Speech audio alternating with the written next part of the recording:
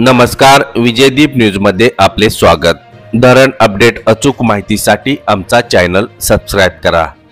आज शुक्रवार 19 जुलै 2024 सकाळचे उजनी धरण अपडेट।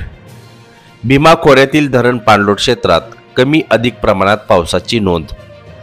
गुरुवार 18 जुलै सकाळी 6 ते आज शुक्रवार 19 जुलै सकाळी 6 या 24 तासात सर्वाधिक पावसाची नोंद खंडाळा येथे 131 मिलीमीटर, मुळशी धरण पाणलोट क्षेत्रात कुंभेरी 85 मिलीमीटर, पवना धरण पाणलोट क्षेत्रात कोळे 64 मिलीमीटर, भीमाशंकर येथे 28 मिलीमीटर, तसेच वडिवळे धरणावर 73 millimetre, Pavana 33 millimetre, Mulshi 29 millimetre, Temghar 45 millimetre, Varasgaon 30 millimetre, Panshet 27 millimetre पावसाची नोंद झाली।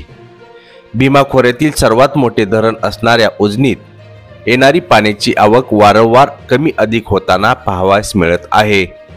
याचबरोबर उजनीत दौंड येथून येणाऱ्या विसर्गात काल सायंकाळी 6च्या तुलनेत 1052 क्युसेक्सने घट झाली। पुणे बंड गार्डन विसर्गात देखील 1154 क्युसेक्सने घट झाली।